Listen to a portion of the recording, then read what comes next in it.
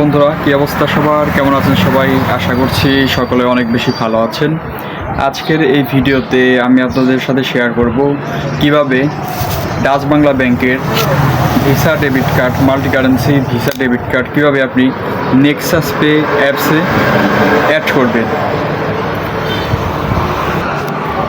Nexus পেতে এই কার্ডটি অ্যাড করার সুবিধা হচ্ছে, আপনি ধরেন এমন এক জায়গায় গিয়েছেন বা আপনার আশেপাশে কোথাও এটিএম বুথ নেই, তো সেক্ষেত্রে আপনি এই কার্ডটি নেক্সাস পেতে অ্যাড করে নেক্সাস পে অ্যাপস থেকে রকেট অ্যাকাউন্টে টাকা ট্রান্সফার করে রকেটের মাধ্যমে আপনি রকেট এজেন্ট থেকে আপনি টাকা উত্তোলন করতে পারবেন।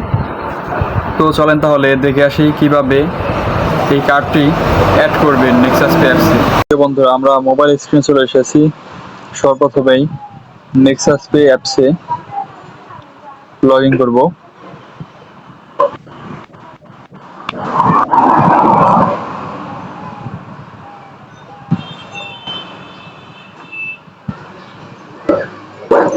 লগ ইন হয়ে গেছে। তো সর্বপ্রথমেই এখানে দেখেন থ্রি ডট লাইন আছে, থ্রি ডট লাইন, এখানে ক্লিক করব এবং এখান থেকে দেখেন নিচে লেখা আছে মাই কার্ড। মাই কার্ডে ক্লিক করবো। এখানে দেখেন কোনো কার্ড অ্যাড করা নাই।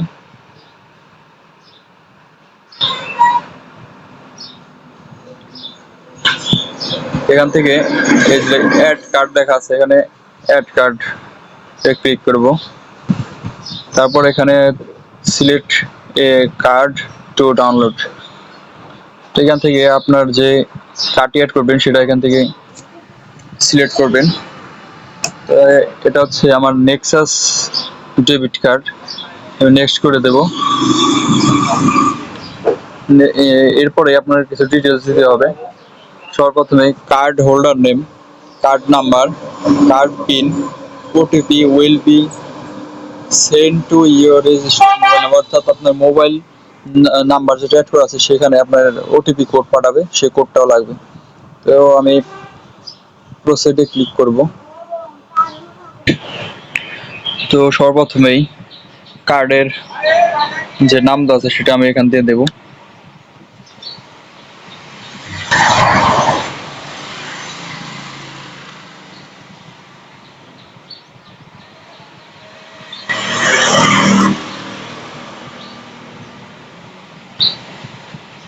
এরপর কার্ড নাম্বার দেব। ওকে, পিন দেওয়া শেষ।